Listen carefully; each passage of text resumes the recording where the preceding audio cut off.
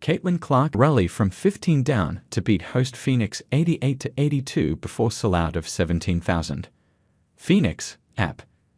Caitlin Clark had 15 points, 12 assists and 9 rebounds, and the Indiana Fever rallied for an 88-82 victory over the Phoenix Mercury on Sunday. Clark was 1 rebound shy of a triple-double, yet finished just 4 of 14 from the field and 2 of 10 from three-point range. But she made a pair of free throws with 19.9 seconds to play to put the Fever up 3. Indiana had trailed by as many as 15 in the first half. Kelsey Mitchell's basket with 35 seconds left gave Indiana the lead for good. She made 2 free throws with 12.9 seconds to seal it. Mitchell scored 16 points, all in the second half. Aaliyah Boston had 17 points and 8 rebounds, and Nalisa Smith added 12 points and 15 rebounds for the Fever, who closed out June 7-4 after going 1-8 in May. Temi Fagbenel had 10 points for Indiana.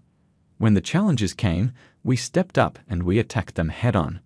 I couldn't be more proud of my entire team, Fever coach Christy Side said. Clark played all but 33 seconds in the game despite not feeling well, Side said. Brittany Griner scored 24 points, Diana Taurasi had 19 and Natasha Cloud added 15 for Phoenix. Kale Copper, who entered Sunday third in the Lunba at 22.7 points per game, scored just 7 points on 3 of 15 shooting before fouling out in the final seconds. However, she had most of the responsibility of guarding Clark. It marked the first on-court meeting between Taurasi and Clark. Taurasi, 42, is the Wunba's all-time leading scorer in her 20th Wunba season. She played at Connecticut when Clark was born. The 22-year-old Fever rookie said before the game was one of her idols going back to when she first learned about the Wunba. When Clark was drafted No. 1 overall after a career at Iowa that featured back-to-back and core championship games, Taurasi said, "Reality is coming," when asked about Clark entering the league. Later, Taurasi said she meant that it would be a difficult transition to pro basketball. "It's amazing to see what Caitlin has done, and the one thing I really love about her is she loves the game," Taurasi said after the game. "She's put the work in, and there's been a lot of things thrown at her, and she keeps getting better every single game. Her future is super bright." The Mercury jumped to an 8-0 lead and was ahead 49-38 at halftime, with Griner and Taurasi each scoring 13 points. The Fever went on a 17-0 run to lead by as many as 10 points in the third quarter, but Phoenix closed within 67-64 at the end of the period. "We were emphasizing get out and run, move the ball and get some good shots," Boston said. Taurasi said, "We maybe settled a little too much, got stagnant, had better movement in the first half.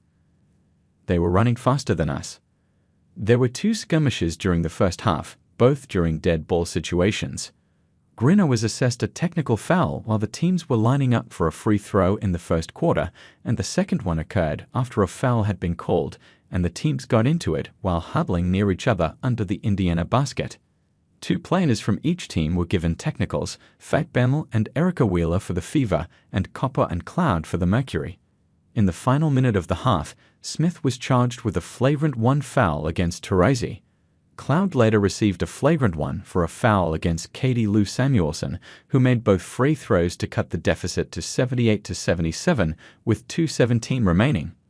Phoenix hosts Connecticut on Monday. Indiana finishes a 5-game road at Las Vegas on Tuesday.